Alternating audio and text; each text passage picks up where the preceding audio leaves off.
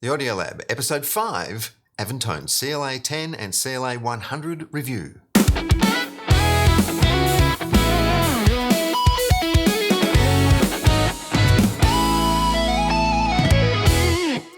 Everyone calls these the modern NS-10s, the Avantone CLA-10 monitors powered by the CLA-100 amp. They have that white cone look that screams 1980s studio, but are they really accurate?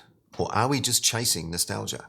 I have been using this combo for a little while now, so today we will dive into how they sound, how they work together, and whether they still make sense in 2025. You're watching the Audio Lab. I'm Peter Thompson. Like, subscribe, comment, join the community. Okay, let's press play on this and have a listen. The story starts way back in 1978. Yamaha released the NS-10M as a domestic hi-fi bookshelf speaker, and the hi-fi community hated it. Too harsh, too forward, too clinical. But studio engineers loved them. They found that the mid-range forward response, brutally honest, it exposed every problem in a mix. By 1987, Yamaha recognised what was happening and released the new studio-focused versions, the NS-10M Studio, Pro and MC. They had improved the tweeters, revised the crossover, better terminals, and more importantly, horizontal logos for console bridge placement.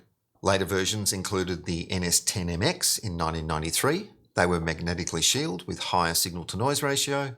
The NS-10MT in 1996, a consumer bass reflex version that extended down below 43 Hz. Production ended in 2001 due to Yamaha could no longer source the special paper pulp used for the drivers. Fast forward to 2018. Avantone teamed up with Chris Lloyd-Alia to release the CLA-10, a faithful recreation of that original sealed box design, and later the CLA-10A, an active version of that. The CLA-10s are sealed monitors, no ports, no tricks. Fast transient response, punchy mid-bass, but low-end roll-off below about 60 Hz, it's gone. It's very fast taper from 120 down. They are passive, 8 ohms, about 90 dB sensitivity, so you need a proper amp to drive them. That is where the CLA-100 comes in. A Class AB design delivering 100 watts per channel at 8 ohms and 180 into 4 ohms.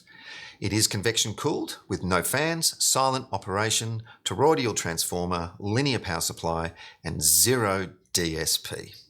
Clean, quiet, honest power. In my studio here, the chain is the SSL12 interface into the CLA amp via balanced XLR to the CLA-10s via banana, nice speaker cables. They're mounted on stands at ear height, slightly towed in, and in the centre of the room in this space. They like to work at around 70 to 80 dB SPL. The amp runs cool and silent, so no hiss, no hum. Being sealed, placement matters. Closer to a wall gives them more low end, but pull them out for a leaner, tighter sound. That flexibility is part of their charm. Now some stats. CLA-100. Frequency response, 20 Hz to 20 kHz, plus or minus 0.25 dB. Total harmonic distortion, 0.005%. SNR, greater than 100 dB. The CLA monitors. Frequency response, 60 Hz to 20 kHz. Sensitivity, about 90 dB at 1 watt. Sealed two-way, 18 centimetre woofer and a 3.5 centimetre tweeter. Power handling is about 60 watts continuous, peak at about 120. They are not a full range. They are mid-range microscopes. If it sounds right here, it will sound right everywhere. So what do they sound like? In one word, unforgiving. If your mix is too bright, they will tell you. Too dull, they will tell you. Play some of your favourite tracks on these and the mid-range jumps out at you. Every snare and every vocal layer stands apart. Switch to something a bit more current day and the bass drops away, forcing you to balance the low end by ear, not by hype. Mixing on these is a discipline. It is not flattering, but once your mix translates to car, earbuds, phone, you'll understand why engineers swear by them. They can cause fatigue, so I keep a second pair of Q acoustics nearby to reset my ears. What I really hear. When I sit and just listen to this combo, it still surprises me. There is clarity, space, and a revealing nature that keeps catching me off guard. Reverb tails, room reflections, texture of snares and guitars, everything is right there. When I'm just listening for enjoyment, I bring in the Adam Audio T10S subwoofer. That fills out the bottom end beautifully and makes it a more full range system without losing that tight sealed box punch. My overall liking of this setup is high. Detail, quality, honesty and clarity, they're all here. How do these compare to NS-10s?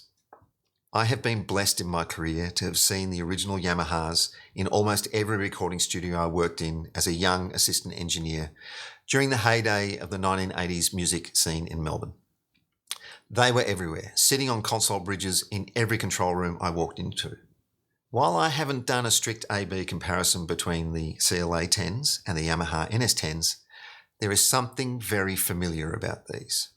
When I cue up tracks from those days, I'm instantly taken back to that time. The tonality, the mid-range honesty, the way vocals and guitars sit, it really feels like home. To my ears, Avantone have nailed the character and the spirit of the original.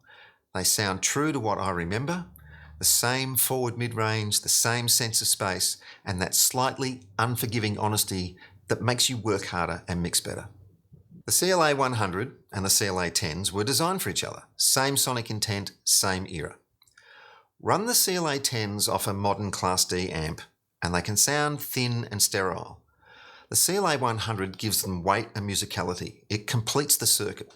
So if you prefer an all-in-one solution, there is an active version, the CLA-10A. Same sealed cabinet and white cone drivers, but with built-in Class AB amp, around 200 watts.